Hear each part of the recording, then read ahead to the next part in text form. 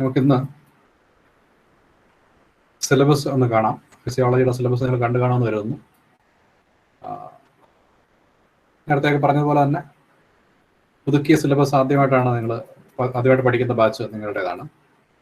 ഫിസിയോളജിയിലെ syllabus കുറേയേറെ വാസ്റ്റാണ്, കുറച്ച് കൂടുതൽ കാര്യങ്ങൾ അതിനകത്തുണ്ട്. എക്സാമിനേഷൻ മാർക്കും ഒക്കെ നോക്കിയാൽ, ക്വസ്റ്റ്യൻ പേപ്പർ നോക്കിക്കഴിഞ്ഞാൽ നമുക്ക് വളരെ സിമ്പിളായിട്ട് തോന്നും. പക്ഷെ അവിടെ പഠിക്കാനും മനസ്സിലാക്കാനും ഒരുപാട് കാര്യങ്ങളുണ്ട്. വളരെ വിശാലമായൊരു സിലബസ് ആണുള്ളത്. അപ്പോൾ നമുക്ക് എന്താണ് ഈ സെമസ്റ്ററിൽ, 5th സെമസ്റ്ററിൽ നമുക്ക് പഠിക്കാൻ ഉള്ളത്, എവിടെയൊക്കെയാണ് കൂടുതൽ ശ്രദ്ധിക്കേണ്ടത് തുടങ്ങിയ കാര്യങ്ങളൊന്ന് ആദ്യം കാണാം. എന്നിട്ട് ഒരു തുടക്കം മാത്രം എന്ന നിലയിൽ ആദ്യത്തെ ഒരു ക്ലാസ് നമുക്കിന്ന് ശ്രദ്ധിക്കാം. 18 പേരായിട്ടുണ്ട്. 10 മിനിറ്റ് നമ്മൾ വെയിറ്റ് ചെയ്തു. നമ്മൾ ക്ലാസ്സിലേക്ക് പോവുകയാണ്. നിങ്ങളുടെ സിലബസ് ആണ് കാണുന്നത്. 4 ക്രെഡിറ്റ് ആണ് നമുക്കുള്ളത്. 4 ക്രെഡിറ്റ് എന്ന് വെച്ചാൽ 72 തിയറി അവറുകളും പ്രാക്ടിക്കലിന് 36 അവറുകളും കൂടെ ചേർത്ത് 108 അവർ നമ്മൾ പ്ലാൻ ഫിസിയോളജിക്ക് വേണ്ടി ഉപയോഗിക്കുന്നു. അതായത് ആഴ്ചയിൽ 6 മണിക്കൂർ വീതമാണ് നമ്മൾ പഠിക്കാനുള്ളത്. അതുകൊണ്ട് തന്നെ സിലബസ് വളരെ വിശാലമാണ്. ആദ്യം നമുക്ക് നോക്കാനുള്ളത് ഒരു ഇൻട്രൊഡക്ഷന് ശേഷം, വാട്ട് ഈസ് ഫിസിയോളജി എന്നുള്ളൊരു ഇൻട്രൊഡക്ഷന് ശേഷം വാട്ടർ റിലേഷൻസ് ആണ്. വാട്ടർ റിലേഷൻസിൽ നിങ്ങൾ +2-ന് വളരെ കുറച്ച് കാര്യങ്ങൾ പഠിച്ചിട്ടുണ്ടാവും. അതിൻ്റെ തുടർച്ചയായിട്ടുള്ള കാര്യങ്ങൾ തന്നെയാണ് ഇവിടെ ഉള്ളത്. Importance of water to the plants, how the water is absorbed by the plants, what is the role of roots and root hairs, what are the properties of membranes that help in the water absorption and conduction, properties of the membrane with relation to water, such as permeability, semi-permeability, differential permeability, and selective permeability, impermeability, etc.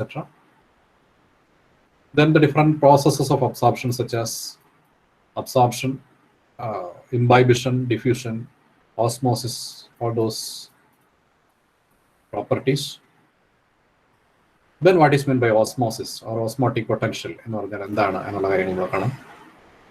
Then how the water is absorbed, active absorption, passive absorption. Then the loss of water. With respect to water, there is a cycling. Water cycling is there in the nature. And what is the role of plants in this water cycle?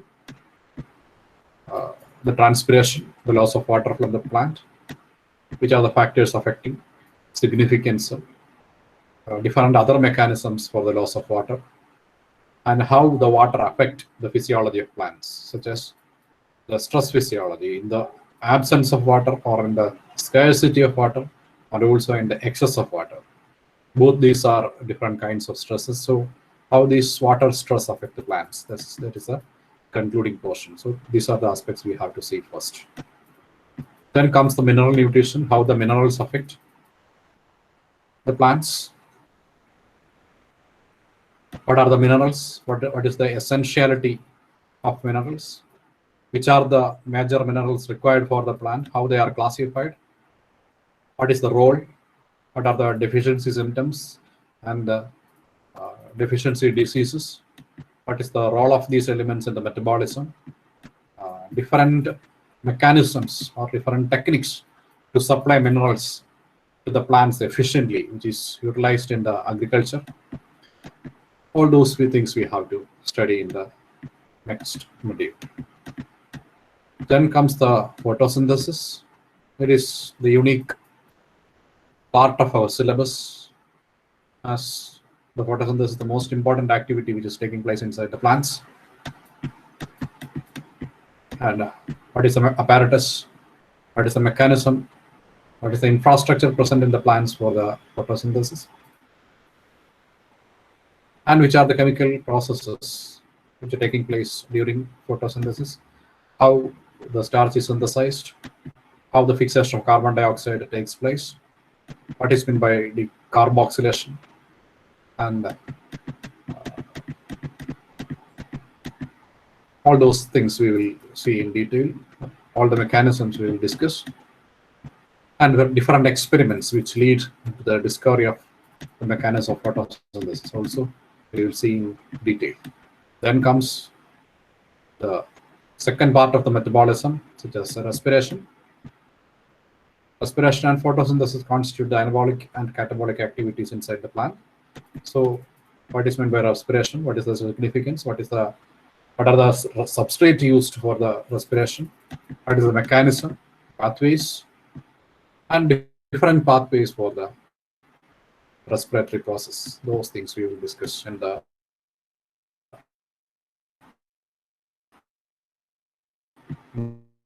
next module. Sixth module, we will see the nitrogen metabolism, how the nitrogen is absorbed by the plants, which are the essential conditions which are required for the proper absorption of nitrogen, what is meant by nitrogen fixation, how the nitrogen fixation takes place, and some practical or applications of this nitrogen metabolism with respect to agriculture. Then by this photosynthesis and nitrogen metabolism, we reach in the synthesis of some materials which are utilized for the plants for various pathways. So how these materials or synthesized products are translocated inside the plants, that's very important. So how these synthesized materials or complex organic materials are transported to the phloem, that's another important thing. You have to see all those things in detail. Then the growth and development, how the growth takes place in plants, the physiology of growth, not the anatomical growth or morphological growth. What are the physiological aspects of growth? What is seed germination, physiology of seed germination, growth patterns, differentiation of cells, then morphogenesis, different hormones responsible for the proper growth, effect of light in the growth, and again effect of temperature in the growth. All these aspects we will see in the 8th module. Then the movements, plant movements, such as tropic and nastic movements, circadian rhythms. Then some part on stress physiology, how the different types of stresses affect the plants. These are the things we have to see. And in the case of practicals, we have to demonstrate only these practicals. We did not record all these experiments, but we have to demonstrate it, how the water potential is measured using onion peel and also Rio leaf. Then different experiments with respect to water relations, photosynthesis, etc. Transpiration and the chlorophyll, essentiality of chlorophyll, photosynthetic rate measurement. Then the experiments related to respiration, fermentation, growth. All these are the things we have to do in the practical hours. All these are intended to demonstrate it to the students, and you are requested to understand the process and set up the experiment during the practical exam. So this is the syllabus we have to follow in the 5th semester. നമ്മൾ ഇന്ന് തുടങ്ങി വെക്കുന്നത് ഒരു introduction, പിന്നെ water relations ആണ്, just ഒരു overview എന്ന നിലയിലാണ്. അതേപറ്റി പറയുമ്പോൾ നമുക്ക് പറയാവുന്ന ഒരു കാര്യം,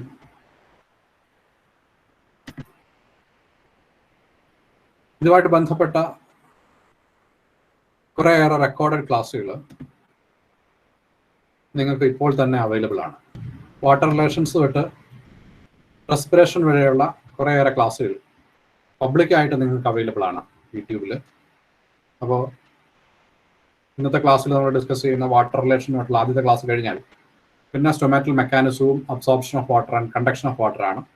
അപ്പോൾ അതിൻ്റെ ഒരു വീഡിയോ നിങ്ങൾക്ക് പബ്ലിക്കായിട്ട് തന്നെ അവൈലബിൾ ആണ്, നിങ്ങൾക്ക് എപ്പോൾ വേണമെങ്കിലും നേരെ നോക്കാം. അതുപോലെ ascent of sap, conduction of water to the leaves and other, ഇവിടെ നിങ്ങൾക്ക് കാണാം other parts of the plant.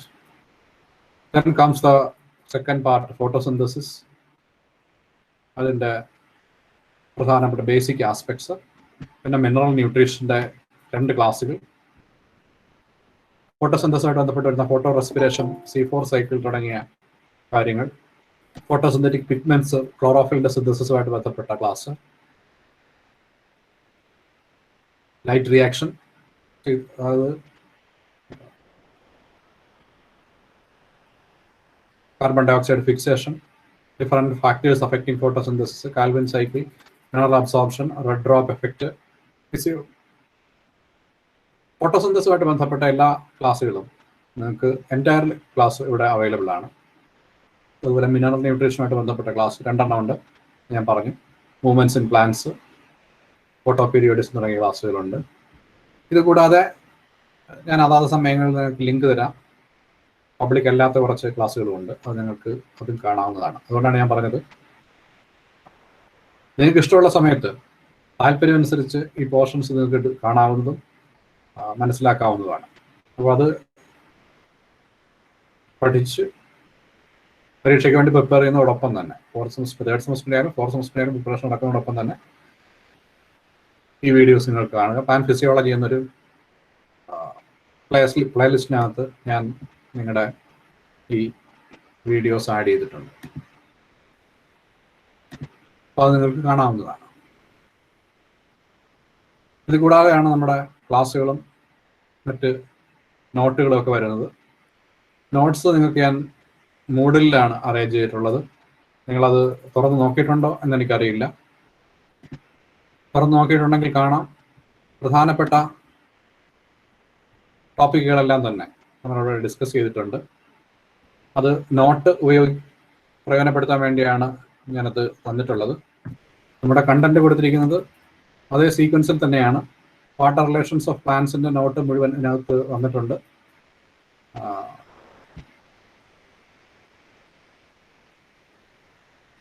Absorption and radial conduction of water ആ ടോപ്പിക് എടുക്കുന്ന സമയത്ത് നിങ്ങൾക്ക് ഇങ്ങനെ different theories of different aspects such as ഈ പോർഷനാണ് നമ്മൾ ഇന്ന് കാണാൻ പോകുന്നത്. എന്താണ് different types of what is meant by water potential, what are the different aspects which affect the absorption of water തുടങ്ങിയ കാര്യങ്ങളാണ് നമ്മൾ കാണുന്നത്. അപ്പോൾ അതുമായിട്ട് ബന്ധപ്പെട്ട നോട്ട് ഇവിടെ തന്നെ ഉണ്ടാവും, നിങ്ങൾക്കത് നോക്കാവുന്നതാണ്. ഞാൻ പറഞ്ഞ വീഡിയോസിൻ്റെ ലിങ്കും ഇതോടൊപ്പം തന്നെ ഇതിൽ കൊടുത്തിട്ടുണ്ട്. പക്ഷേ മൂഡിൽ വഴി കാണുമ്പോൾ കുറച്ച് കൂടുതൽ ഡാറ്റ നിങ്ങൾക്ക് യൂട്ടിലൈസ് ചെയ്യപ്പെടേണ്ടി വരുന്നുണ്ട്. കാര്യം അതിനകത്ത് ഹൈ റെസൊല്യൂഷൻ വീഡിയോ ആയിരിക്കും അതിനകത്ത് എംബഡ് ചെയ്തിരിക്കുന്നത്. അപ്പോൾ അതുകൊണ്ട് നിങ്ങൾക്കത് നോക്കിയിട്ട് യൂട്യൂബിൽ കയറി നിങ്ങളുടെ ഇഷ്ടമുള്ള സൈസിനനുസരിച്ചുള്ള വീഡിയോ അല്ലെങ്കിൽ റെസൊല്യൂഷൻ അനുസരിച്ചുള്ള വീഡിയോ കണ്ടാൽ അധികം ഡാറ്റ യൂട്ടിലൈസ് ചെയ്യപ്പെടില്ല. അപ്പോൾ അങ്ങനെ ആവശ്യമുള്ള കാര്യങ്ങൾ ഇവിടെ ഉണ്ട്. അപ്പോൾ അത് നിങ്ങളുടെ സൗകര്യം പോലെ വായിച്ചുകൊള്ളുക, കണ്ടുകൊള്ളുക. പക്ഷേ നമ്മുടെ സിലബസ് അനുസരിച്ച് തന്നെ അടുത്ത ക്ലാസ്സുകളിൽ ഓരോ ടോപ്പിക്കായിട്ട് നമ്മൾ കാണുകയും ചെയ്യും. അപ്പോൾ പറഞ്ഞെന്താണെന്ന് വെച്ച് കഴിഞ്ഞാൽ നിങ്ങളത് പ്രയോജനപ്പെടുത്തുക എന്നുള്ളതാണ്. പ്രയോജനപ്പെടുത്താതെ ഇരുന്നാൽ പറഞ്ഞതുപോലെ വളരെയേറെ വലിയ ഒരു സിലബസാണിത്. കഴിഞ്ഞ വർഷത്തെ സിലബസിനേക്കാൾ കുറച്ചിട്ടുണ്ട് ഇതിനകത്ത്. അത് വേറൊരു യാഥാർത്ഥ്യം. പഴയതുപോലെ നിങ്ങളുടെ പ്രീവിയസ് ബാച്ച് പഠിച്ചതുപോലെ എലാബറേറ്റായ സിലബസ് അല്ല. ടാക്സോണമിയിൽ കുറേ ടോപ്പിക്സ് കൂട്ടുകയും ഫിസിയോളജിയിൽ കുറച്ച് കുറയ്ക്കുകയും ചെയ്തുകൊണ്ടാണ് പുതിയ സിലബസ് വന്നിരിക്കുന്നത്. കഴിഞ്ഞ സിലബസിനകത്ത് ഫാറ്റ് മെറ്റബോളിസം ഒക്കെ ലിപ്പിഡ് മെറ്റബോളിസം ഒക്കെ വളരെ ഡീറ്റെയിൽ ആയിട്ട് കൊടുത്തിട്ടുണ്ടായിരുന്നു. അത് സ്ഥിരമായിട്ട് ചോദിക്കുകയും ചെയ്യുമായിരുന്നു. പക്ഷെ നമ്മുടെ പുതിയ സിലബസിൽ ആ പോർഷൻസ് ഇല്ല എങ്കിലും ഇപ്പോഴും അത് വളരെ വാസ്റ്റായ ഒരു സിലബസ് തന്നെയാണ്. നൈട്രജൻ മെറ്റബോളിസം ഒക്കെ വളരെ ഡീറ്റെയിൽ ആയിട്ട് തന്നെ പഠിക്കണം. അമിനോ ആസിഡ് മെറ്റബോളിസം ഒക്കെ നന്നായിട്ട് തന്നെ പഠിക്കണം. അപ്പോൾ ബയോകെമിസ്ട്രി നേരത്തെ പഠിച്ചിട്ടുണ്ട് എന്നുള്ളതാണ് നിങ്ങൾക്കുള്ള ഒരു ആകെ അഡ്വാൻറ്റേജ്. പക്ഷേ നിങ്ങൾക്കറിയാം നിങ്ങളുടെ സിലബസ് കംപ്ലീറ്റ് ആയിട്ട് വിശദമായി പഠിപ്പിക്കാൻ നിങ്ങൾക്ക് പറ്റിയിട്ടില്ല. കാര്യം ലോക്ക്ഡൗണും ടീച്ചേഴ്സിൻ്റെ അവൈലബിലിറ്റി കൊണ്ട് ആ പോർഷൻ നമ്മൾ എക്സാമിന് വേണ്ടി പ്രിപ്പയർ ചെയ്തേ ഉള്ളൂ എന്നുള്ള കാര്യം ഓർത്തിരിക്കുക. അപ്പോൾ ആ ഒരു ഗ്യാപ്പ് നിങ്ങൾക്കുണ്ട് എന്ന് മനസ്സിൽ വെച്ചുകൊണ്ട് വളരെ ഗൗരവമായിട്ട് പഠിക്കുക. ഞാൻ സൈറ്റോളജി തുടങ്ങിയവർ പറഞ്ഞു ടോപ്പിക്ക് വളരെ ഇമ്പോർട്ടൻ്റ് ആണ്. എക്സാമിനേഷൻ പക്ഷേ അത്ര ബുദ്ധിമുട്ടാവാൻ നിങ്ങൾക്ക് സാധ്യതയില്ല. കാര്യം അറിയാവുന്ന കാര്യങ്ങളൊക്കെ ചോദിക്കത്തുള്ളൂ എന്ന് ഞാൻ പറഞ്ഞിരുന്നു. പക്ഷെ അതുപോലെയല്ല, ഫിസിയോളജിയിൽ കുറച്ച് ഡീറ്റെയിൽ ആയിട്ട് തന്നെ ക്വസ്റ്റ്യൻസ് വരാറുണ്ട്. വലിയൊരു മേജർ പോർഷൻ വരുന്നതുകൊണ്ട് അത് ഗൗരവമായിട്ട് തന്നെ എടുക്കുക, തമാശയായിട്ട് കരുതാതിരിക്കുക. അപ്പോൾ ഇത്രയാണ് ഒരു ഇൻട്രഡക്ഷൻ എന്ന നിലയിൽ എനിക്ക് ഫിസിയോളജി ക്ലാസ്സിനെ പറ്റി നിങ്ങളോട് പറയാനുള്ളത്. ഇന്ന് നമ്മളൊരു ചെറിയ പോർഷൻ കാണാൻ പോവുകയാണ്. അത് വാട്ടർ റിലേഷൻസിലെ ഒരു ചെറിയ topic. So now we concentrate on the water relations. Water is very important to the plant, and how this absorption, utilization of water takes place in the plant. That's a question we are going to see first. So there is a water cycle. Water is there in the atmosphere as the atmospheric humidity. Water is there below the soil, and there are different forms of water available in the soil that we will see in the next class. And the water available for the plants from the soil is the capillary water. There are different forms of water, but the readily available water is the capillary water. Capillary water means the water which is located in between the spaces of soil particles. So the plants come in contact with that water by its roots and root hairs, and the absorption of water takes place. And this water is utilized for various aspects, various activities inside the plant. And most important among them is the photosynthesis. In addition to photosynthesis, water is present in the cell as such, as the cytoplasmic component, and large amount of water is required by a plant. That we will see in the next class, in the coming classes, how much water is absorbed by a large tree from the environment or in the soil, and how it is returned to the soil, and how some plants are affecting the soil or environmental balance of the water availability. All these things we will discuss in the coming classes. Today we concentrate on a single property which is very important in the physiology. So water relations is a major topic in plant physiology because it is the interaction of plant with water. So the mechanisms related to uptake of the water from the soil, its translocation from the root to the various parts of the plant, and evaporation or the escape of the water to the stomata. All these are coming under the water relations. So the definition given by Salisbury, 1992. Definition നിങ്ങളൊന്ന് കൃത്യമായിട്ട് ഓർത്തു വയ്ക്കാൻ പറ്റുമെങ്കിൽ ഓർത്തു വയ്ക്കുക. Movement of water and other substances from soil to plant roots across membranes throughout the plant and between the plant and its environment is known as the water relations, because water acts as a medium for the transport of many other materials also, many other minerals also. So water relations includes the transport of those materials also. They influence the transport of water. So it is very important. Another thing is one of the best textbook available in plant physiology is by Salisbury and Ross. The textbook, it is available in our library and is available in the market also. ഞാൻ എപ്പോഴും പറയാറുള്ളത് പോലെ നിങ്ങൾ ഫിസിയോളജിയുടെ ഒരു book നമ്മുടെ degree സ്റ്റുഡൻസിന് വേണ്ടിയിട്ട് publish ചെയ്യപ്പെട്ട കുറേ ബുക്കുകൾ നമുക്ക് അവൈലബിൾ ആണ്. Physiology for Kerala university degree botany students എന്ന് പറഞ്ഞിട്ട് അത്തരം ഒരു ബുക്ക് വാങ്ങാൻ നിങ്ങൾ ശ്രമിക്കുന്നതിനേക്കാൾ നല്ലത് ഒരു നല്ല ടെക്സ്റ്റ് ബുക്ക് ഇപ്പോഴേ വാങ്ങുന്നതായിരിക്കും. സ്റ്റാൻഡേർഡ് ആയിട്ടുള്ള ഒരു ടെക്സ്റ്റ് ബുക്ക് വാങ്ങി കാര്യങ്ങൾ മനസ്സിലാക്കാൻ ശ്രമിക്കുക. പരീക്ഷയ്ക്ക് വേണ്ടിയിട്ടുള്ള കുഞ്ഞു നോട്ട് അതേപടി കിട്ടാൻ വേണ്ടി ഇതൊരു ചെറിയ ബുക്കിനെ ആശ്രയിക്കാതെ ഇതുമായിട്ട് ബന്ധപ്പെട്ട കാര്യങ്ങൾ വ്യക്തമായിട്ട് മനസ്സിലാക്കാൻ സാധിക്കുന്ന സയന്റിഫിക്കലി റിട്ടൺ ആയിട്ടുള്ള ഒരു നല്ല ബുക്ക്, ഒറിജിനലായ ഒരു ബുക്ക് നിങ്ങൾ വാങ്ങുന്നതായിരിക്കും നല്ലത്.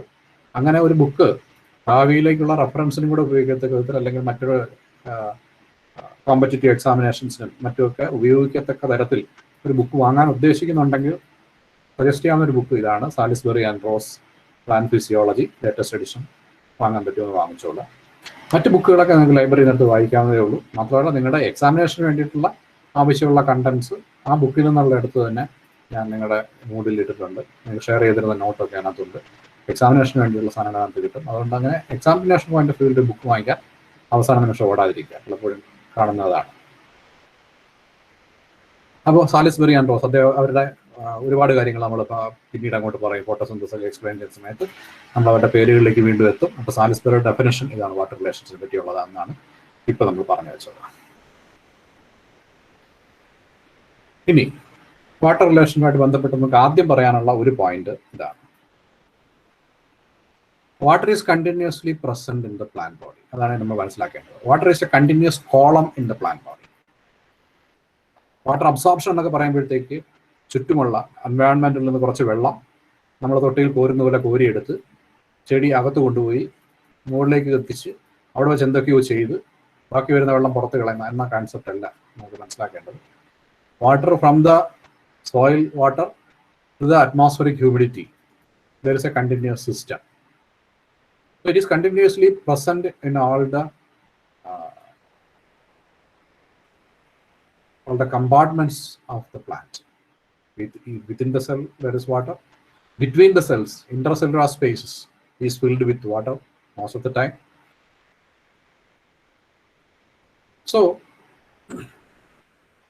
first process in the water relations is the absorption of water. Absorption is what water is nothing but the entry of water into the plant system through the root hairs or the roots. And the first point or first thing we have to concentrate on water absorption is the pathway of water, how the water enters into the plant എന്നുള്ളതാണ്. അപ്പോൾ അതിൽ ഏറ്റവും പ്രധാനമായിട്ട് വരുന്ന ഒരു കാര്യമാണ് the entry of water or movement of water through the plant. And there are two pathway. It's not a pathway, it is a course of water. It's movement of water through the cellular system. There are two pathways. One is apoplast and symplast pathways. This is an illustration of the symplast and pathway. നമുക്കിവിടെ വളരെ നമുക്ക് ലളിതമായിട്ട് മനസ്സിലാവും. Apoplast and symplast എന്താണെന്ന് നമ്മൾ കൊച്ചു ക്ലാസ്സിൽ പഠിച്ചിട്ടുണ്ടാവും, plus ടുവിന് പഠിച്ചിട്ടുണ്ടാവും. എങ്കിലും ഒന്ന് ശ്രദ്ധിക്കുക. ഈ ഓറഞ്ച് കളർ കാണിച്ചിരിക്കുന്നതാണ് നമുക്ക് പറയാവുന്ന അപ്പോപ്ലാസ്റ്റ് പാത്വേ. ഈ റെഡ് കളർ കാണിച്ചിരിക്കുന്നതും അപ്പോപ്ലാസ്റ്റ് പാത്വേ തന്നെയാണ്. അതായത് ഈ orange colour, not red, it is orange colour, some red dots. അതായത് എപ്പിഡെർമിസ് ആണ് ഈ കാണുന്നത്. എപ്പിഡെർമിസിന്റെ വാൾ എന്ന് പറയുന്നത് cellulose, it is made up of cellulose, and on the surface there is cutin or suberin deposit. Cell wall is made up of cellulose. It is compactly packed. And this cell wall material, the cellulose is water loving, or it allow the passage of water. So it is permeable. The cell wall is permeable to water. So water enters or pass through the water loving substance of the cellulose or the epidermis, and it comes into the hypodermal region. There is a cell, there is also the cell wall, and it soak the cell wall material. Water movement എന്ന് പറയുമ്പോൾ നമ്മൾ മനസ്സിലാക്കേണ്ടത് ഇത് soak ചെയ്യാണ്. Soak ചെയ്ത് നനഞ്ഞ് കുതിർന്ന് വെള്ളം മുകളിനകത്തേക്ക് കയറുകയാണ്. അപ്പോൾ അതിനകത്ത് ഔട്ടർ കോർട്ടിക്കൽ സെൽസ് ഉണ്ട്, large cells, cortical cells, which is also made of cellulose. Then comes the pericycle layer.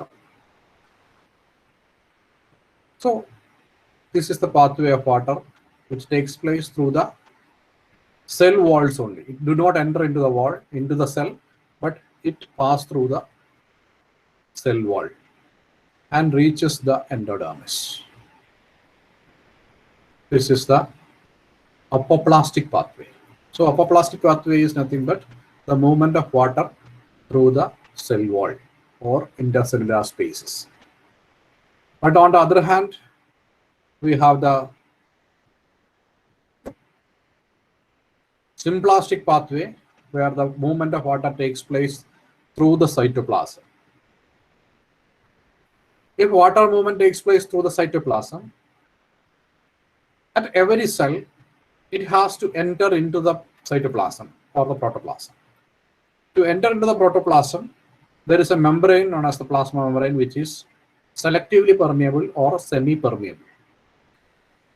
So the entry of water into the cell takes place through osmosis, endosmosis. From this cell to the next cell. From this cell, water enters into the next cell, and there is an exosmosis from this cell and endosmosis into the nearby cell, adhering cell.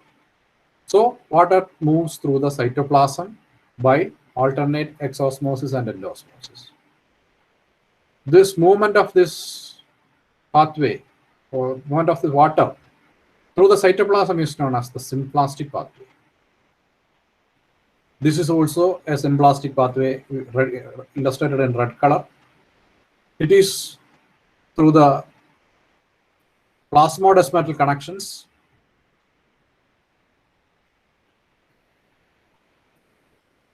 So the cytoplasm is continuous. So further exosmosis or endosmosis is not required in this case, but it is very rare in the case of plants, especially in the radial conduction, because they are not at all always connected. In the radial pathway, it is not much frequent, but this also happens.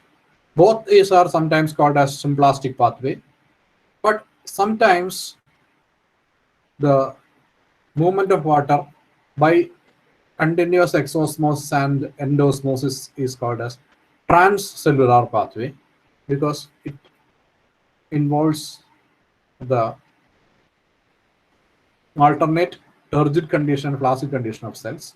So it is a transcellular pathway. So basically there are two types, apoplastic pathway and symplastic pathway. The symplastic pathway can be transcellular or normal symplastic pathway. All these pathways, whether it is apoplastic, symplastic or transcellular, the endodermis act as a barrier. What is the importance of endodermis? എന്താണ് എൻഡോഡെർമിസിന്റെ പ്രത്യേകത എന്ന് പറയുന്നത്? അനാട്ടമിയിൽ നിങ്ങൾ വിശദമായിട്ട് പഠിച്ചു. എൻഡോഡെർമിസിന്റെ പ്രത്യേകത എന്താ വെച്ചാൽ, എൻഡോഡെർമിസിന്റെ ഏറ്റവും പ്രധാനപ്പെട്ട പ്രത്യേകത എന്ന് പറയുന്നത് അതിന്റെ റേഡിയൽ വാൾസിൽ സെക്കൻഡറി വാൾ മെറ്റീരിയൽ ഡെപ്പോസിറ്റ് ചെയ്യുന്നു എന്നുള്ളതാണ്. റേഡിയൽ വാൾ എന്ന് പറയുന്നത് ഈ വാളാണ്. ഇതാണ് എൻഡോഡെർമിസ്. ഈ എൻഡോഡെർമിസിന്റെ കുറുകെ ഉള്ള ഭിത്തികളെയാണ് നമ്മൾ റേഡിയൽ വാൾസ് എന്ന് പറയുന്നത്. ഈ റേഡിയൽ വാളിൽ ഒരു പ്രത്യേകതരം തിക്കനിങ് കാണപ്പെടുന്നുണ്ട്. ആ തിക്കനിങ് നമ്മൾ പറയുന്നത് കാസ്പേരിയൻ സ്ട്രിപ്സ് എന്നാണ്. കാസ്പേരിയൻ സ്ട്രിപ്സ് ഫോം ചെയ്തിരിക്കുന്നത് ഹൈഡ്രോഫോബിക് ആയിട്ടുള്ള മെറ്റീരിയൽസ് ഉപയോഗിച്ചാണ്. Hydrophobic means water cannot pass through this material. അപ്പോൾ ഈ സെല്ലിന്റെ ഈ വശത്തും ഈ വശത്തും ഉള്ളത്, കുറുകെയുള്ളതല്ല, ഈ വാളല്ല. ഈ വാളിന് കുഴപ്പമൊന്നുമില്ല, പക്ഷെ ഈ വാളും ഇപ്പുറത്തെ വാളും ഫോം ചെയ്തിരിക്കുന്നത് ഹൈഡ്രോഫോബിക് മെറ്റീരിയൽ കൊണ്ടാണ്. അപ്പോൾ ഇവിടെ മനസ്സിലാക്കാനുള്ളത് അപ്പോപ്ലാസ്റ്റിക് പാത്വേ വഴി, അപ്പോപ്ലാസ്റ്റിക് പാത്വേ ബ്ലൂ കളറിൽ വെച്ചിരിക്കുന്ന സെൽ വാളാണ്. അപ്പോൾ അപ്പോപ്ലാസ്റ്റിക് പാത്വേ വഴി വെള്ളം ഈ ഭിത്തിയിലൂടെ, കോശഭിത്തിയിലൂടെ സെൽ വാളിലൂടെ മൂവ് ചെയ്യുന്നു, ഇവിടെ എത്തുന്നു. ഇവിടെ വന്നു കഴിഞ്ഞാൽ എൻഡോഡെർമിസിന്റെ സെൽ വാളിലേക്ക് എത്തുന്നു. പക്ഷേ എൻഡോഡെർമിസിന്റെ റേഡിയൽ വാളിൽ കാസ്പേരിയൻ സ്ട്രിപ്സ് ഉള്ളത് കൊണ്ട് ഇത് ക്രോസ് ചെയ്ത് ഇപ്പുറത്തേക്ക് പോകാൻ സാധിക്കുന്നില്ല. എൻഡോഡെർമിസ് എന്ന് പറയുന്നത് സ്റ്റീലാർ റീജിയന്റെ മാർജിനാണ്, സ്റ്റീലാർ റീജിയന്റെ അതിർത്തിയാണ്. സ്റ്റീൽ എന്ന് പറയുന്ന അകത്തുള്ള പെരിസൈക്കിൾ, വാസ്കുലാർ ടിഷ്യൂ, നടുക്ക് പിത്തുണ്ടെങ്കിൽ ആ റീജിയൻ ഉൾപ്പെടെ സ്റ്റീലാർ റീജിയൻ എന്ന് പറയുന്നതിനകത്താണ്. അപ്പോൾ സ്റ്റീലാർ റീജിയനിലേക്ക് വെള്ളം കയറണമെങ്കിൽ അപ്പോപ്ലാസ്റ്റിക് പാത്വേ വഴി സാധ്യമല്ല, കാരണം എൻഡോഡെർമിസിൽ ഒരു കാസ്പേരിയൻ സ്ട്രിപ്പ് ഉണ്ട്. അപ്പോൾ അപ്പോപ്ലാസ്റ്റിക് പാത്വേയിലായാലും സിംപ്ലാസ്റ്റിക് പാത്വേയിലായാലും വെള്ളം എത്തുന്നത് എൻഡോഡെർമിസ് വഴി മാത്രമാണ്. എൻഡോഡെർമിസ് കടന്നു പോകണമെങ്കിൽ പിന്നെ സിംപ്ലാസ്റ്റിക് പാത്വേ മാത്രമേ ഉള്ളൂ. അപ്പോൾ ഇവിടെ എത്തുന്ന അപ്പോപ്ലാസ്റ്റിക് പാത്വേ വഴി ഇവിടെ എത്തുന്ന വെള്ളം ഇവിടെ നിന്ന് പ്ലാസ്മ മെംബ്രെയിൻ ക്രോസ് ചെയ്ത് എൻഡോഡെർമിസിന്റെ പ്രോട്ടോപ്ലാസത്തിലേക്ക് എത്തുന്നു. അവിടെ നിന്ന് പെരിസൈക്കിൾ ലെയറിലേക്ക് സിംപ്ലാസ്റ്റിക് പാത്വേ വഴി കടക്കുന്നു. വീണ്ടും നമുക്ക് അപ്പോപ്ലാസ്റ്റിക് മൂവ്മെന്റ്സ് അവിടെ കാണാൻ പറ്റും.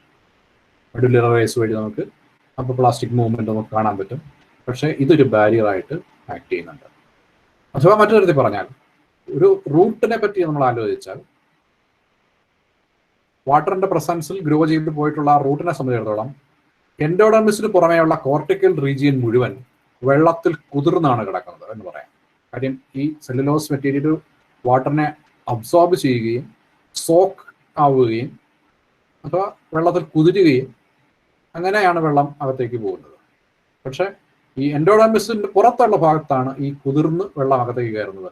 അകത്തേക്ക് എത്തിക്കഴിഞ്ഞാൽ എൻഡോഡെർമിസിന് അകത്തേക്ക് വെള്ളം കയറണം എന്നുണ്ടെങ്കിൽ ഓസ്മോസിസ് എന്ന പ്രോസസ്സിന് വിധേയമായിട്ട് മാത്രമേ വെള്ളത്തിനകത്തേക്ക് കയറാൻ പറ്റൂ, അഥവാ അവിടെ വെച്ച് വാട്ടർ മൂവ്മെന്റ് ചെക്ക് ചെയ്യപ്പെടുന്നുണ്ട്.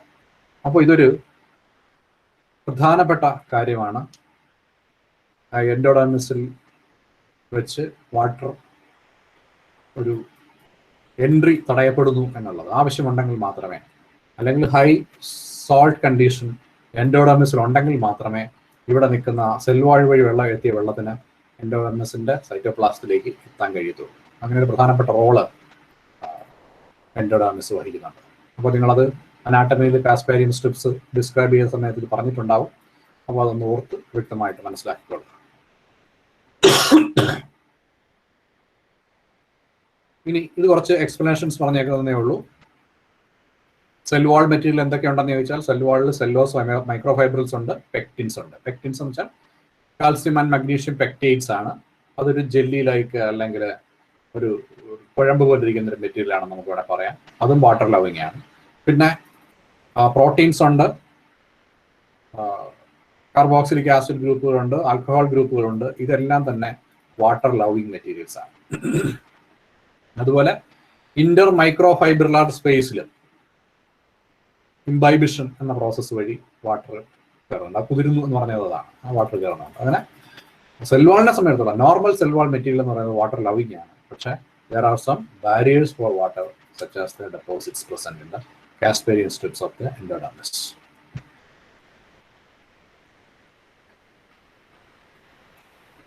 ഇനി സൈറ്റോപ്ലാസത്തിലേക്ക് കടന്നു കഴിഞ്ഞാൽ സൈറ്റോപ്ലാസത്തിൽ വെള്ളം ഏറ്റവും കൂടുതൽ സ്റ്റോർ ചെയ്യപ്പെടുന്നത് വാക്യൂമിലാണ്.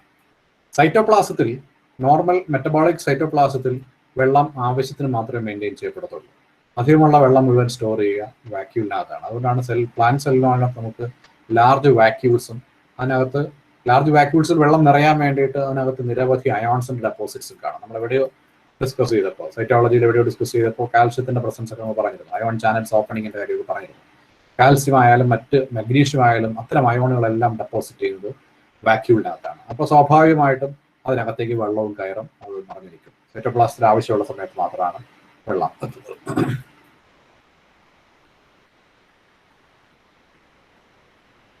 So 50 to 80% of cell water is occupied inside the vacuoles. Cell sap contains 2% solid material and 98% water. അതിനകത്ത് നിരവധി സൊല്യൂട്ട്സ് അടങ്ങിയിട്ടുണ്ട്. അത് ഷുഗർ ആവാം, സോൾട്ട്സ് ആവാം, ഓർഗാനിക് ആസിഡ്സ് ആവാം, മറ്റെന്തെങ്കിലും ആവാം. പിന്നെ അഡാപ്റ്റേഷൻ അനുസരിച്ച് വാട്ടറിന്റെ ലൊക്കേഷൻ മാറുന്നുണ്ട് എന്ന് നമുക്ക് പറയാം. സെൽ മെംബ്രെയിന്റെ കാര്യം പറഞ്ഞാൽ വാട്ടർ എന്ന് പറയുന്നത് സെൽ മെംബ്രെയിൻ എന്ന് പറയുന്നത് പെർമിയബിൾ ടു വാട്ടർ ആണ്. വാട്ടറിനനുസരിച്ച് കയറാൻ പറ്റും, but it is selectively permeable. The entry of water takes place through the plasma membrane based on the water potential of the cell inside the membrane. അത് നിങ്ങൾ മനസ്സിലാക്കിയിരിക്കുക. ആ water potential എന്ന concept വരുന്നത്, അല്ലെങ്കിൽ water potential അനുസരിച്ച് water entry control ചെയ്യാൻ പറ്റുന്നത് cell membrane ഉണ്ടെങ്കിൽ മാത്രമാണ്. സെൽ മെംബ്രെയിൻ അകത്താണ്, സൈറ്റോപ്ലാസത്തിലാണ്. അവിടെയാണ് നമ്മുടെ എൻഡോഡെർമിസിലെ സിംപ്ലാസ്റ്റ് പാത്വേ നിർബന്ധിതമാക്കുന്ന ഫിനോമിനൻ കാണപ്പെടുന്നത് എന്നുള്ളതും ഓർത്തിരിക്കുക.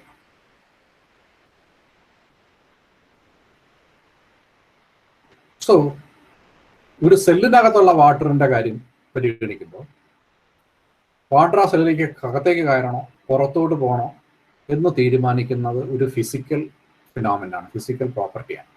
അതിന് നമ്മൾ വാട്ടർ പൊട്ടൻഷ്യൽ എന്നാണ് വിളിക്കുക. നമ്മളിന്ന് കാണാൻ ഉദ്ദേശിക്കുന്നത് വാട്ടർ പൊട്ടൻഷ്യൽ എന്ത് എന്നുള്ളതാണ്. വിശദമായിട്ട് മൊത്തത്തിൽ നമ്മൾ പോകുന്നില്ല. ഒരു കാര്യം മാത്രം നമ്മൾ മനസ്സിലാക്കാനുള്ളത്, ടേം വളരെ പഴയതാണ്. 1941 ടാങ് ആൻഡ് വാങ് അവരാണ് വാട്ടർ പൊട്ടൻഷ്യൽ വാക്ക് ആദ്യമായിട്ട് ഉപയോഗിച്ചതെങ്കിലും ഓവൻ എന്ന് പറയുന്ന സയന്റിസ്റ്റ്, അദ്ദേഹത്തിന്റെ പേരാണ് ഓർത്തിരിക്കേണ്ടത്, 1952 അതുവരെ ഉപയോഗിച്ചുകൊണ്ടിരുന്ന അർത്ഥത്തിൽ അർത്ഥസൂചനകളിൽ ഒരുപാട് കൺഫ്യൂഷൻസ് ഉണ്ടായിരുന്ന DPD അഥവാ ഡിഫ്യൂഷൻ പ്രഷർ ഡെഫിസിറ്റ് എന്ന വാക്കിനെ റീപ്ലേസ് ചെയ്തുകൊണ്ട് വാട്ടർ പൊട്ടൻഷ്യൽ എന്ന് ഉപയോഗിക്കാം എന്ന് പറഞ്ഞു വെച്ചത്. ഇപ്പോൾ നമ്മൾ മോഡേൺ ടെക്സ്റ്റ് ബുക്കുകളൊക്കെ നോക്കിക്കഴിഞ്ഞാൽ ആ വാട്ടർ പൊട്ടൻഷ്യലിന്റെ ടേംസിലാണ് ബാക്കി എല്ലാ വാട്ടർ റിലേഷൻസും ഡിസ്കസ് ചെയ്യുന്നത്. DPD എന്ന വാക്ക് നമ്മൾ ഉപയോഗിക്കാറില്ല. വാട്ട് ഈസ് DPD എന്നൊരു ചോദ്യം നിങ്ങൾക്ക് ചോദിക്കാൻ പരീക്ഷയ്ക്ക്, അത് വേറെ കാര്യം. പക്ഷെ വാട്ടർ പൊട്ടൻഷ്യൽ എന്ന വാക്കാണ് നമ്മൾ ഉപയോഗിക്കുന്നത്. പിന്നീട് അത് എസ്റ്റാബ്ലിഷ്ഡ് ആയി. എന്തുകൊണ്ട് ആ അക്സെപ്റ്റൻസിന് താമസം വന്നു എന്ന് വെച്ച് കഴിഞ്ഞാൽ, പ്യുവർ കെമിസ്ട്രിയുടെ ബേസിസിൽ, ഫിസിക്കൽ കെമിസ്ട്രിയുടെ ബേസിസിൽ വാട്ടർ റിലേഷൻസ്, പ്ലാന്റ്സുമായിട്ട് ബന്ധപ്പെട്ട വാട്ടർ റിലേഷൻസ് എക്സ്പ്ലെയിൻ ചെയ്ത് തുടങ്ങിയിട്ട് അധികം നാളായിട്ടില്ല എന്നുള്ളത് കൊണ്ട് മാത്രമാണ്. ഈ vital force for the absorption of water എന്നുള്ളത് വളരെ കാലം ഒരു വിശ്വാസം പോലെ ബൊട്ടാണിസ്റ്റുകളുടെ ഇടയിൽ നിലനിന്നിരുന്നതുകൊണ്ട് അവർ പലരും കെമിസ്ട്രിയിലെ പ്രിൻസിപ്പിൾസ് അതേപടി അംഗീകരിക്കാൻ വിമുഖത കാണിച്ചിരുന്നത് കൊണ്ടും ആണ് ഇത് എസ്റ്റാബ്ലിഷ്മെന്റ് താമസിച്ചത്. എങ്കിലും ഇന്ന് നമ്മൾ പരക്കെ അംഗീകരിക്കുന്നത് ഈ വാട്ടർ പൊട്ടൻഷ്യൽ മാറ്റാണ്. മറ്റൊരു പ്രധാനപ്പെട്ട കാര്യം, ഈ വാട്ടർ പൊട്ടൻഷ്യൽ എന്ന് പറയുന്നത് സെല്ലിനകത്തുള്ള വാട്ടറിന്റെ പൊട്ടൻഷ്യലാണ്, അഥവാ വർക്ക് ചെയ്യാനുള്ള കഴിവാണ്. എബിലിറ്റി ടു ഡു വർക്ക് എന്നുള്ളതാണ് ആ പൊട്ടൻഷ്യൽ. അപ്പോൾ ആ പൊട്ടൻഷ്യൽ നമുക്ക് മെഷർ ചെയ്താൽ മാത്രമേ അതെന്താണെന്ന് വിശദീകരിക്കാൻ പറ്റത്തുള്ളൂ. അത് എക്സ്പെരിമെന്റലി മെഷർ ചെയ്യാനുള്ള മെക്കാനിസംസ് അവൈലബിൾ ആയിരുന്നില്ല. പക്ഷെ ഇന്ന് നമുക്ക് അത്തരം എക്വിപ്മെന്റ്സും ടെക്നിക്കുകളും അവൈലബിൾ ആണ്. സൈക്രോമീറ്റേഴ്സ് എന്ന് പറയപ്പെടുന്ന ഉപകരണങ്ങൾ ഉപയോഗിച്ച് നമുക്ക് സോയിലിലെ വാട്ടർ പൊട്ടൻഷ്യൽ ആക്കാൻ പറ്റും. അതുപോലെ തന്നെ നിരവധി അതർ എക്വിപ്മെന്റ്സ് നമ്മൾ പ്രാക്ടിക്കൽ പോർഷനിൽ കാണാം. നിരവധി അതർ എക്വിപ്മെന്റ്സ് നമുക്ക് ഇന്ന് സെല്ലിനകത്തുള്ള വാട്ടർ പൊട്ടൻഷ്യലും സെല്ലിന് പുറത്തുള്ള വാട്ടർ പൊട്ടൻഷ്യലും ഒക്കെ മെഷർ ചെയ്യാൻ ഉപയോഗിക്കുന്നുണ്ട്. അപ്പൊ അതോടുകൂടി ഇതൊരു ഫിസിക്കൽ ഫിനോമിനാണ്. വാട്ടറിലെ ഓസ്മോസ് എന്ന ഫിനോമിന പൂർണ്ണമായും ഫിസിക്കൽ ആണെന്നും അതിനകത്ത് നേരത്തെ പറഞ്ഞ പോലെ ഇന്റർമെംബ്രൈനൽ പ്രോട്ടീൻസിന്റെ റോളൊക്കെ വളരെ വളരെ മിനിമം ആണ് വാട്ടറിന്റെ കാര്യത്തിൽ എന്നുള്ളതും ഇതൊരു ഫിസിക്കൽ ഫിനോമിനൻ മാത്രമാണ് എന്നുള്ളത് വളരെ ആഹാരത്തിലേക്ക് നമ്മൾ എത്തുകയും അതോടുകൂടി ഈ വാട്ടർ പൊട്ടൻഷ്യലിന്റെ ബേസിസിൽ എല്ലാത്തരം വാട്ടർ മൂവ്മെന്റ്സിനെയും നമ്മൾ എക്സ്പ്ലെയിൻ ചെയ്യുന്നു, except some critical conditions where all these theories do not work. അപ്പോൾ കെമിക്കൽ പൊട്ടൻഷ്യൽ എന്നതിൽ നിന്നാണ് വാട്ടർ പൊട്ടൻഷ്യലിലേക്ക് നമ്മൾ വരുന്നത്. Chemical potential is the amount of energy per mole of a substance to do work എന്നുള്ളതാണ്. Chemical potential of water is the water potential and it is a measure of the free energy per unit volume available for the reaction or movement എന്നുള്ളതാണ് നമ്മൾ പറയുന്ന definition. അപ്പോൾ ഇതൊരു ക്വാണ്ടിറ്റിയാണ്. It determines the transport of matter from one face to another. അതായത് ഒരു ഫേസിൽ നിന്ന് മറ്റൊരു ഫേസിലേക്ക് മാറാൻ പ്രേരിപ്പിക്കുന്ന ഒരു ഘടകമാണ് ഈ പൊട്ടൻഷ്യൽ. അത് എത്രത്തോളം ആ പ്രേരണ ചെലുത്തുന്നു അതിനനുസരിച്ച് ആ പൊട്ടൻഷ്യൽ നമ്മൾ മെഷർ ചെയ്യാൻ പറ്റും, പോസിറ്റീവ് വാല്യൂ ആയിട്ട് മെഷർ ചെയ്യാൻ പറ്റും. സ്വാഭാവികമായിട്ടും കെമിക്കൽ പൊട്ടൻഷ്യൽ എന്ന് പറയുന്നത് ഫസ്റ്റ് ഫേസിൽ കൂടുതലും സെക്കൻഡ് ഫേസിൽ കുറവായിരിക്കും.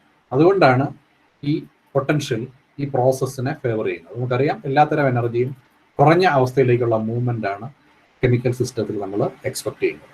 അപ്പോൾ പ്രഷർ പൊട്ടൻഷ്യൽ കൂടിയ മേഖലയിൽ അല്ലെങ്കിൽ വാട്ടർ പൊട്ടൻഷ്യൽ കൂടിയ സ്ഥലത്ത് നിന്ന് വാട്ടർ പൊട്ടൻഷ്യൽ കുറഞ്ഞ സ്ഥലത്തേക്കായിരിക്കും ഈ ഫേസ് ചേഞ്ച് എന്ന് പറയുന്നത് സംഭവിക്കുക.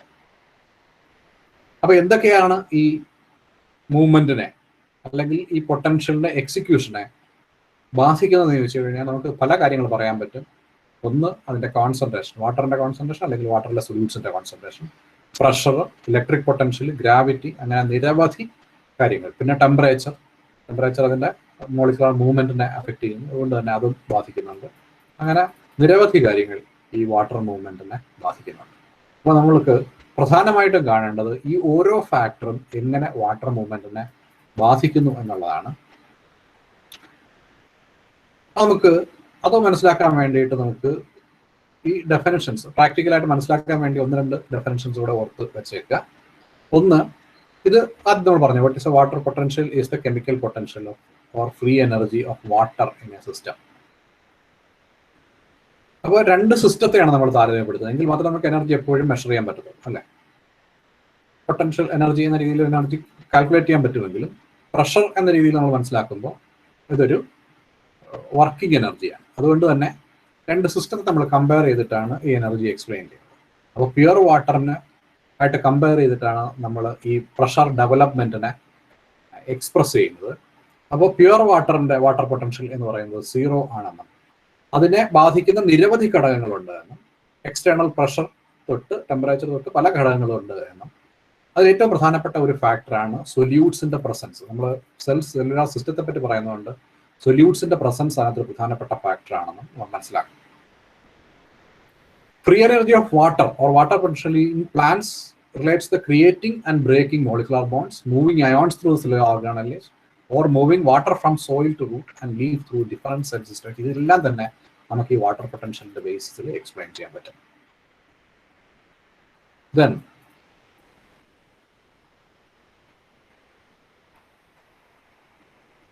എന്തൊക്കെയാണ് ഈ കെമിക്കൽ പൊട്ടൻഷ്യലിനെ അഫക്റ്റ് ചെയ്യുന്ന കാര്യങ്ങൾ എന്ന് വെച്ചാൽ നമ്മൾ നേരത്തെ പറഞ്ഞതുപോലെ ടെമ്പറേച്ചർ അഫക്റ്റ് ചെയ്യാം, ഇലക്ട്രിക്കൽ പൊട്ടൻഷ്യൽ അഫക്റ്റ് ചെയ്യാം, ചാർജ്ഡ് അയോൺസ് അല്ലെങ്കിൽ ചാർജ് പാർട്ടിക്കിൾസ് ഈ വാട്ടറുമായിട്ട് ഇന്ററാക്ട് ചെയ്യുന്നുണ്ടെങ്കിൽ, പിന്നെ എക്സ്റ്റേണൽ പ്രഷർ അഫക്റ്റ് ചെയ്യാം.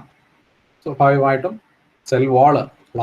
സെല്ലുലാർ സെൽ വാള് എലാസ്റ്റിക് ആയ മെറ്റീരിയലാണ്, പ്ലാസ്മ മെംബ്രെയിൻ എലാസ്റ്റിക് ആണ്. എലാസ്റ്റിക് ആയിട്ട് അല്ലാത്തത് സെക്കൻഡറി വാൾ മെറ്റീരിയൽസ് എന്ന് പറയുന്ന വളരെ കുറച്ച് മെറ്റീരിയൽസ് മാത്രമേ ഉള്ളൂ. ബാക്കി എല്ലാ സെൽ വാൾ മെറ്റീരിയൽ പോലും എലാസ്റ്റിക് ആണ് കുറേയേറെ. പിന്നെ ഗ്രാവിറ്റി മറ്റൊരു പ്രധാനപ്പെട്ട ഫാക്ടറാണ്. ഇതൊക്കെ എങ്ങനെയാണ് ഈ വാട്ടർ പൊട്ടൻഷ്യലിൽ ഇംപ്ലിക്കേറ്റ് ചെയ്യുന്നതെന്നുള്ളതാണ് നമ്മൾ അടുത്തതായിട്ട് കാണാൻ പോകുന്നത്. ഈ ഒരു പിക്ചർ എക്സ്പ്ലെയിൻ ചെയ്തുകൊണ്ട് നമ്മൾ ഇന്ന് അവസാനിപ്പിക്കുകയാണ്. വാട്ടർ പൊട്ടൻഷ്യൽ DPD എന്നുള്ള വ്യത്യാസവും ഡിഫറൻസും നമുക്ക് അടുത്ത ക്ലാസ്സിൽ കാണാം. ഈ പിക്ചർ നന്നായിട്ടൊന്ന് മനസ്സിലാക്കിക്കൊള്ളുക. അതായത് ഇത് ഒരു മെംബ്രെയിൻ വെച്ച് ക്ലോസ് ചെയ്തിരിക്കുന്നു എന്ന് കരുതുക. ഈ നടുക്ക് ഭാഗത്ത് ഈ മെംബ്രെയിനിലൂടെ വാട്ടറിന് കടന്നു പോകാൻ സാധിക്കും. സൊല്യൂട്ട് പാർട്ടിക്കിൾസിന് മൂവ് ചെയ്യാൻ പറ്റുന്നില്ല എന്ന സാഹചര്യവും ആലോചിക്കുക. അപ്പോൾ ഈ ഗ്ലാസ് ട്യൂബിന്റെ സെന്ററിലാണ് നമ്മൾ മെംബ്രെയിൻ വെച്ച് സെപ്പറേറ്റ് ചെയ്തിരിക്കുന്നത്. ഈ മെംബ്രെയിനിലൂടെ സൊല്യൂട്ട് പാർട്ടിക്കിൾസിന് കടന്നു പോകാൻ സാധിക്കില്ല, വാട്ടറിന് കടന്നു പോകാൻ സാധിക്കും. ഈ സൊല്യൂഷനിൽ അല്ലെങ്കിൽ ഈ വശത്ത് കാണുന്നത് സൊല്യൂഷനാണ്, അവിടെ സൊല്യൂട്ട് പാർട്ടിക്കിൾസ് ഉണ്ട്. അതൊരു 0.1 മോളാർ സൊല്യൂഷൻ ആണ് എന്ന് സങ്കല്പിക്കുക. 0.1 മോളാർ സൊല്യൂഷൻ സ്വാഭാവികമായും വാട്ടർ പൊട്ടൻഷ്യലിനെ കുറയ്ക്കുകയാണ് ചെയ്യുക. വാട്ടർ പൊട്ടൻഷ്യൽ കുറയ്ക്കുക എന്ന് വെച്ചാൽ പ്യുവർ വാട്ടറിന്റെ വാട്ടർ പൊട്ടൻഷ്യൽ 0 ആണെങ്കിൽ ഒരു സൊല്യൂഷനിൽ വാട്ടർ പൊട്ടൻഷ്യൽ 0-യിൽ നിന്ന് താഴും അഥവാ മൈനസ് വാല്യൂയിലേക്ക് പോകും. അപ്പോൾ സ്വാഭാവികമായിട്ടും പ്യുവർ വാട്ടർ ഈ വാട്ടർ പൊട്ടൻഷ്യലിന്റെ ഡിഫറൻസിനെ ബാലൻസ് ചെയ്യാൻ ശ്രമിക്കുകയും വാട്ടർ ഈ വശത്തേക്ക് മൂവ് ചെയ്യുകയും ചെയ്യും. മൂവ് ചെയ്താൽ നമുക്ക് ഈ കണ്ടീഷൻ ഒന്ന് അനലൈസ് ചെയ്ത് നോക്കിക്കഴിഞ്ഞാൽ ഇവിടെ എക്സ്റ്റേണൽ പ്രഷർ എക്സേർട്ട് ചെയ്യപ്പെടുന്നില്ല, ഇവിടെ പ്രഷർ ഒന്നും കൊടുക്കുന്നില്ല. അപ്പോൾ പ്രഷർ പൊട്ടൻഷ്യൽ എന്ന് പറയുന്നത് 0 ആണ്. എന്നാൽ ഇവിടെയുള്ള മറ്റൊരു പൊട്ടൻഷ്യൽ എന്ന് പറയുന്നത് സൊല്യൂട്ട് പൊട്ടൻഷ്യലാണ്. അപ്പോൾ നമ്മൾ പല ഫാക്ടേഴ്സ് ഉണ്ടെന്ന് പറഞ്ഞെങ്കിലും ആ ഫാക്ടേഴ്സിൽ ഏറ്റവും പ്രധാനമായിട്ട് വരുന്ന 2 കമ്പോണൻസ്, ഒന്ന് പ്രഷർ പൊട്ടൻഷ്യലും മറ്റൊന്ന് സൊല്യൂട്ട്സിന്റെ പ്രസൻസ് കൊണ്ടുള്ള പൊട്ടൻഷ്യലുമാണ്. പ്രഷർ പൊട്ടൻഷ്യൽ എന്ന് പറയുന്നത് സെൽ മെംബ്രെയിൻ അല്ലെങ്കിൽ സെൽ വാൾ വാട്ടറിലേക്ക് കൊടുക്കുന്ന പ്രഷറും, സൊല്യൂട്ട് പൊട്ടൻഷ്യൽ എന്ന് പറയുന്നത് സൊല്യൂട്ടിന്റെ പ്രസൻസ് കൊണ്ടുണ്ടാകുന്ന പ്രഷറും ആണ്. അപ്പോൾ ഈ സൊല്യൂട്ട്സ് കൂടുമ്പോൾ സ്വാഭാവികമായിട്ടും ഈ ഭാഗത്തെ വാട്ടർ പൊട്ടൻഷ്യൽ പ്യുവർ വാട്ടറിൻ്റെ നിന്ന് താഴും അഥവാ മൈനസ് വാല്യൂയിലേക്ക് പോകും. അത് ഇവിടുത്തെ സൊല്യൂട്ട് പൊട്ടൻഷ്യൽ എന്ന് പറയുന്നത് -0.23 ആയി മാറും. അപ്പോൾ ഇവിടെ നമുക്ക് പറയാവുന്നത് ഇവിടുത്തെ water potential is equal to -0.23 because pressure potential is 0, solute potential is -0.23 and അപ്പോൾ നമ്മൾ മനസ്സിലാക്കേണ്ടത് വാട്ടർ പൊട്ടൻഷ്യൽ എന്ന് പറയുന്നത് ഇൻഡിവിജ്വൽ ആയ ഒരു കമ്പോണന്റ് അല്ല, അവിടെ ഇന്ററാക്ട് ചെയ്യുന്ന എല്ലാ ഫാക്ടേഴ്സിന്റെയും കൂടെ ഒരു തുകയാണ് വാട്ടർ പൊട്ടൻഷ്യൽ എന്ന കാര്യമാണ് ഏറ്റവും ആദ്യമായിട്ട് ലളിതമായിട്ട് മനസ്സിലാക്കേണ്ട ഒരു കാര്യം. അവിടെയുള്ള കമ്പോണൻസ് പ്രഷർ പൊട്ടൻഷ്യൽ ഉണ്ടാവാം, വാട്ടർ പൊട്ടൻഷ്യൽ ഉണ്ടാവാം, ഗ്രാവിറ്റേഷണൽ പൊട്ടൻഷ്യൽ ഉണ്ടാവാം, മാട്രിക്സ് പൊട്ടൻഷ്യൽ ഉണ്ടാവാം. ഈ പൊട്ടൻഷ്യൽ എല്ലാം ഇൻഡിവിജ്വൽ ആയിട്ടുള്ള പ്രഷേഴ്സ് ആണ്. അവയെ നമുക്ക് മെഷർ ചെയ്യാനും കാൽക്കുലേറ്റ് ചെയ്യാനും സാധിക്കും. ഇത് പലതരത്തിൽ ഇന്ററാക്ട് ചെയ്യാം പല സാഹചര്യങ്ങളിൽ. ആ ഇത്തരം ഇന്ററാക്ഷൻ എല്ലാം ശേഷം ഇൻസ്റ്റന്റേനിയസ് ആയിട്ട് നമുക്ക് കിട്ടുന്ന ഒരു വാല്യൂ ആണ് വാട്ടർ പൊട്ടൻഷ്യൽ എന്നുള്ളത് നമ്മൾ മനസ്സിലാക്കണം. കാര്യം വെള്ളം ഇവിടുന്ന് കയറിക്കൊണ്ടിരിക്കുന്നതനുസരിച്ച്, ഇവിടുന്ന് ഇങ്ങോട്ട് പൊക്കോണ്ടിരിക്കുന്നതിനനുസരിച്ച് ഇവിടുത്തെ സൊല്യൂട്ട് പൊട്ടൻഷ്യൽ മാറിക്കൊണ്ടേയിരിക്കുകയാണ്. വെള്ളം കൂടുന്തോറും സൊല്യൂഷന്റെ കോൺസെൻട്രേഷൻ കുറഞ്ഞു വരികയാണ്. ഈ ഒരു പർട്ടിക്കുലർ ഇൻസ്റ്റന്റിലാണ് ഇത്രയും വെള്ളം ഇങ്ങോട്ട് കയറിയിട്ടുള്ളതും ഇത് 0.1 മോളാർ സൊല്യൂഷനായി മാറിയിരിക്കുന്നതും സൊല്യൂട്ട് പൊട്ടൻഷ്യൽ 0.23 ആയിരിക്കുന്നതും അപ്പോഴുള്ള വാട്ടർ പൊട്ടൻഷ്യലാണ് നമ്മൾ ഈ പറയുന്നത്. ഇനിയും ഇവിടെ പ്യുവർ വാട്ടർ ആണ് എന്നുള്ളത് കൊണ്ട് വാട്ടർ അകത്തേക്ക് കയറാൻ ശ്രമിക്കും, കയറിക്കൊണ്ടേയിരിക്കും. അപ്പോൾ ഈ വാല്യൂ വ്യത്യാസം വന്നുകൊണ്ടിരിക്കും. അപ്പോൾ വാട്ടർ പൊട്ടൻഷ്യൽ എന്ന് പറയുന്നത് ആ സാഹചര്യത്തിലുള്ള എല്ലാ കമ്പോണൻസും കൂടെ റിസൾട്ട് ചെയ്യുന്ന ഒരു വാല്യൂ ആണ്, ഒരു ഇൻസ്റ്റന്റേനിയസ് വാല്യൂ ആണെന്ന് വേണമെങ്കിൽ നമുക്ക് പറയാം. ഒരു പർട്ടിക്കുലർ ഇൻസ്റ്റന്റിൽ മാത്രമേ നമുക്ക് എന്താണെന്ന് എക്സ്പ്ലെയിൻ ചെയ്യാൻ സാധിക്കൂ. അടുത്ത പിക്ചർ നോക്കുക. ഇവിടെ നമ്മളൊരു പോസിറ്റീവ് പ്രഷർ അങ്ങോട്ട് അപ്ലൈ ചെയ്യുകയാണ്. പോസിറ്റീവ് പ്രഷർ എത്രത്തോളം അപ്ലൈ ചെയ്യുന്ന വെച്ചാൽ ഈ വാട്ടർ ലെവൽ ഒരുപോലെ വരത്തക്ക വിധത്തിൽ നമ്മൾ അപ്ലൈ ചെയ്താൽ അതിനർത്ഥം ഇവിടെ നിന്ന് ഇങ്ങോട്ട് ഉണ്ടായിരുന്ന സൊല്യൂട്ട് പൊട്ടൻഷ്യലിന്റെ അളവിന് കോമ്പൻസേറ്റ് ചെയ്യത്തക്ക വിധത്തിൽ നമ്മളൊരു പോസിറ്റീവ് പ്രഷർ അങ്ങോട്ട് അപ്ലൈ ചെയ്തതാണ്. ഒരു പോസിറ്റീവ് പ്രഷർ അങ്ങോട്ട് പുഷിംഗ് പ്രഷർ കൊടുത്തു എന്നാണ് അതിനർത്ഥം. അതായത് ഈ വാട്ടർ ലെവൽ ഒരേപോലെ വന്ന് നിൽക്കത്തക്ക വിധത്തിൽ ഒരു ഇക്വിലിബ്രിയത്തിൽ എത്തിയാൽ, ഒരേ തുല്യ അളവിൽ വന്ന് നിൽക്കത്തക്ക വിധത്തിൽ ഒരു ഇക്വിലിബ്രിയം ഉണ്ടെങ്കിൽ അതിന്റെ അർത്ഥം ഈ സൊല്യൂട്ട് പൊട്ടൻഷ്യലിന് തുല്യമായ outer potential, positive pressure potential നമ്മൾ ഇവിടുന്ന് അങ്ങോട്ട് അപ്ലൈ ചെയ്തിട്ടുണ്ട് എന്നാണ്. ആ ഇൻസ്റ്റന്റിൽ നമ്മൾ ഇത് മെഷർ ചെയ്യുകയാണെങ്കിൽ നമുക്ക് ഇങ്ങനെ വായിക്കാം. പ്യുവർ വാട്ടറിനെ സംബന്ധിച്ചിടത്തോളം വാട്ടർ പൊട്ടൻഷ്യൽ 0 ആണ്. പക്ഷെ ഈ വശത്ത് നോക്കുമ്പോൾ pressure potential positive 0.23 solute potential അവിടെ തന്നെ നിൽക്കുന്നുണ്ട്, അതിൽ മാറ്റം വരുന്നില്ല, അത് -0.23 ആണ്. അത് രണ്ടും കൂടെ ടാലി ചെയ്യുമ്പോൾ നമുക്ക് വാട്ടർ പൊട്ടൻഷ്യൽ ഈ പർട്ടിക്കുലർ ഇൻസ്റ്റന്റിൽ വാട്ടർ പൊട്ടൻഷ്യൽ 0 MPa ആണ് എന്ന് പറയാം. പാസ്കൽ കാൽക്കുലേഷനൊക്കെ ഞാൻ വിട്ടതാണ്, അതിനെപ്പറ്റി തൽക്കാലം ഞാൻ പോകുന്നില്ല. നിങ്ങൾ പഠിച്ചിട്ടുണ്ടാവും മെഷർമെന്റും മറ്റു കാര്യങ്ങളും ഒക്കെ. അപ്പൊ ഇപ്പോഴത്തെ അവസ്ഥയിൽ വാട്ടർ പൊട്ടൻഷ്യൽ 0 ആണ്. ഈ പ്രഷർ പൊട്ടൻഷ്യൽ അപ്ലൈ ചെയ്ത് കഴിഞ്ഞപ്പോൾ ഈ സ്റ്റേജിൽ വാട്ടറിന്റെ മൂവ്മെന്റ് സംഭവിക്കുന്നില്ല. ഇതാണ് ഒരു ടർജിഡ് സെല്ലിൽ സംഭവിക്കുക. നമുക്ക് ടർജിഡ് സെല്ലിന്റെ സിംപ്ലാസ്റ്റും ഒക്കെ നമുക്ക് അടുത്ത ക്ലാസ്സിൽ കാണാം. ഈ കണ്ടീഷനിൽ വാട്ടർ പൊട്ടൻഷ്യൽ 0 ആണ് രണ്ടിടത്തും. പക്ഷെ ഈ ഇവിടുത്തെ വാട്ടർ പൊട്ടൻഷ്യൽ 0 ആയിരിക്കുന്നത് പ്യുവർ വാട്ടർ ആയിരിക്കുന്നത് കൊണ്ടും ഇവിടുത്തെ വാട്ടർ പൊട്ടൻഷ്യൽ 0 ആയിരിക്കുന്നത് സൊല്യൂട്ട് പൊട്ടൻഷ്യലിനെ ബാലൻസ് ചെയ്യത്തക്ക വിധത്തിൽ ഒരു എക്സ്റ്റേണൽ പ്രഷർ അപ്ലൈ ചെയ്തിരിക്കുന്നത് കൊണ്ടുമാണ്. ഈക്വൽ ആൻഡ് ഓപ്പോസിറ്റ് ആയിട്ടുള്ള ഒരു പ്രഷർ നമ്മൾ അങ്ങോട്ട് അപ്ലൈ ചെയ്തിരിക്കുന്നത് കൊണ്ടുമാണ്. വീണ്ടും ഈ പോസിറ്റീവ് പ്രഷറിന്റെ വാല്യൂ കൂട്ടിക്കഴിഞ്ഞാൽ, അടുത്ത ഇൻസ്റ്റന്റിൽ പ്രഷർ വാല്യൂ കൂട്ടിക്കഴിഞ്ഞാൽ സ്വാഭാവികമായിട്ടും കൂടുതൽ വെള്ളം ഇപ്പുറത്തേക്ക് കടക്കുകയും ഇംബാലൻസ്ഡ് ആവുകയും ചെയ്യും. ആ ഇൻസ്റ്റന്റിൽ നമ്മൾ പരിശോധിച്ച് കഴിഞ്ഞാൽ പ്യുവർ വാട്ടറിൻ്റെത് വാട്ടർ പൊട്ടൻഷ്യൽ 0 ആയിട്ട് തന്നെ നിൽക്കുന്നു. പക്ഷേ പ്രഷർ പൊട്ടൻഷ്യൽ നമ്മൾ ഇൻക്രീസ് ചെയ്തു, 0.3 എത്തി. സൊല്യൂട്ട് പൊട്ടൻഷ്യൽ വ്യത്യാസം വരുന്നില്ല, 0.23 തന്നെയാണ്. പക്ഷേ നെറ്റ് പ്രഷർ എന്ന് പറയുന്നത്, വാട്ടർ പൊട്ടൻഷ്യൽ എന്ന് പറയുന്നത് 0.07 പോസിറ്റീവ് വാല്യൂയിലേക്ക് നമ്മൾ എത്തുകയും ഇത് നമുക്ക് വേണമെങ്കിൽ റിവേഴ്സ് ഓസ്മോസിന്റെ സിസ്റ്റത്തിലൊക്കെ ഇതാണ് സംഭവിക്കുന്നത് നമുക്ക് വേണമെങ്കിൽ പറയാം. അല്ല, നമ്മളിപ്പോൾ റിവേഴ്സ് ഓസ്മോസിസ് വാട്ടർ പ്യൂരിഫിക്കേഷൻ ഒക്കെ വേണ്ടി നമ്മൾ ഉപയോഗിക്കുന്നു. അപ്പോൾ നമ്മുടെ എക്സ്റ്റേണൽ പ്രഷർ കൊടുത്തിട്ട് നോർമൽ ഓസ്മോസിന് വിരുദ്ധമായ രീതിയിൽ ഈ സൊല്യൂട്ട്സിനെ ഇപ്പുറത്ത് വെക്കുകയും മെംബ്രെയിനിലൂടെ നമ്മൾ ഓസ്മോസ് നടത്തുകയും ചെയ്യാം. ഇതേ ഇഫക്റ്റ് തന്നെ ഇവിടെ പോസിറ്റീവ് പ്രഷർ കൊടുക്കുന്നതിന് പകരം ഇപ്പുറത്തെ വശത്ത് ഒരു നെഗറ്റീവ് പ്രഷർ കൊടുത്താലും കിട്ടും. അതൊരു ടെൻഷനായിട്ടായിരിക്കും ഫീൽ ചെയ്യപ്പെടുക, ടെൻഷൻ ക്രിയേറ്റ് ചെയ്യപ്പെടുന്നു. അഥവാ നെഗറ്റീവ് പ്രഷർ കൊടുക്കുന്നു, അഥവാ ഇവിടുത്തെ പ്രഷർ പൊട്ടൻഷ്യൽ -30 ഇവിടെ അപ്ലൈ ചെയ്താലും മതി, ഇതേ ഇഫക്റ്റ് ഇവിടെ ഉണ്ടാവും. അപ്പോൾ വാട്ടർ പൊട്ടൻഷ്യലിനെ പ്രധാനമായിട്ടും അഫക്റ്റ് ചെയ്യുന്ന പ്രധാനപ്പെട്ട 2 കാര്യങ്ങൾ എന്തൊക്കെയെന്ന് ചോദിച്ചാൽ ഇതിൽ നമുക്ക് മനസ്സിലാക്കാവുന്നത്, ഒന്ന് പ്രഷർ പൊട്ടൻഷ്യൽ ആണ്. പ്രഷർ പൊട്ടൻഷ്യൽ എന്ന് വെച്ചാൽ ഔട്ട്സൈഡ് പ്രഷർ ആണ്. മറ്റൊന്ന് സൊല്യൂട്ട് പൊട്ടൻഷ്യൽ ആണ്. സൊല്യൂട്ട് പൊട്ടൻഷ്യൽ എന്ന് വെച്ചാൽ പ്യുവർ വാട്ടറിലേക്ക് ഒരു സൊല്യൂട്ട് ആഡ് ചെയ്യുമ്പോൾ ഉണ്ടാകുന്ന പൊട്ടൻഷ്യൽ ഡിഫറൻസ് ആണ്. അപ്പോൾ നമുക്ക് മനസ്സിലാക്കാം, പ്യുവർ വാട്ടറിന്റെ വാട്ടർ പൊട്ടൻഷ്യൽ 0 ആയിരിക്കും.